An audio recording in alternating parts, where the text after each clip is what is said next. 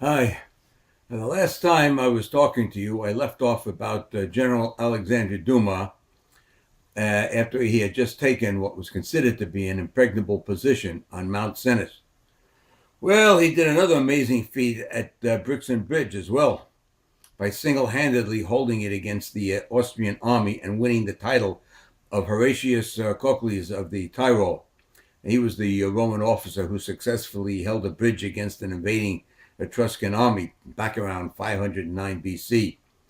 He got this title from Napoleon himself.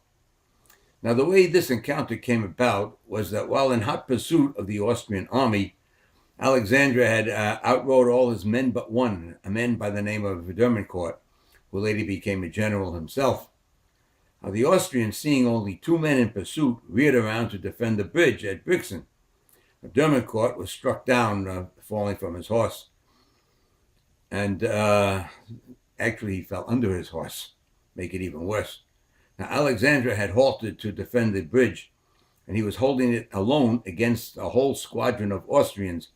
And because of the narrowness of the bridge, the Austrians could only attack him two or three at a time, and Alexander slashed them with his saber as they attacked.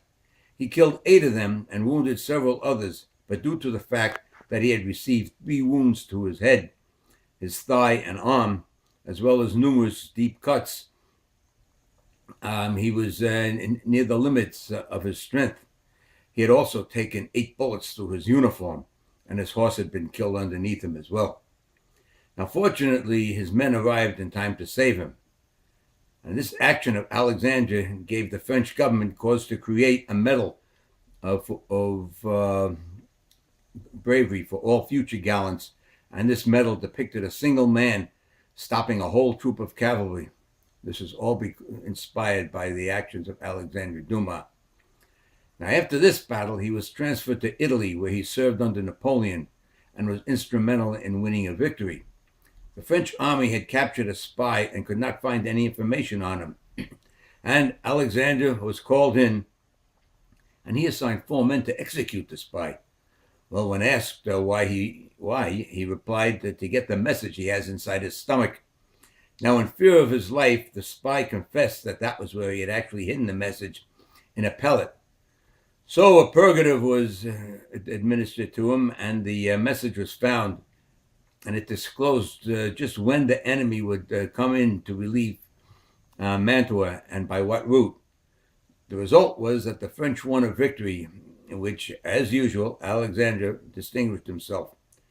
But Marshal Berthier, his commander and rival, didn't even mention him in his dispatches to Napoleon.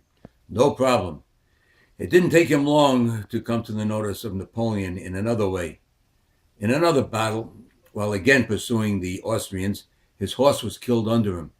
Crawling into a valley, he found a number of guns that the retreating Austrians had thrown away, and he used these guns to shoot down 25 of the enemy and make his way back to the camp on an Austrian horse. Now, Dermancourt, remember the Battle of Brixen Bridge? Well, by this time, he was a close friend of Alexander, and upon noticing that he was in a weakened state, exclaimed, "General, are you wounded?" "No," answered Alexander, "but I have killed too many men." Too many. And thereupon he fainted dead away. Now let me break away from this story a bit to comment on this. In case you're thinking that Alexander was starting to get faint-hearted and squeamish, you're wrong.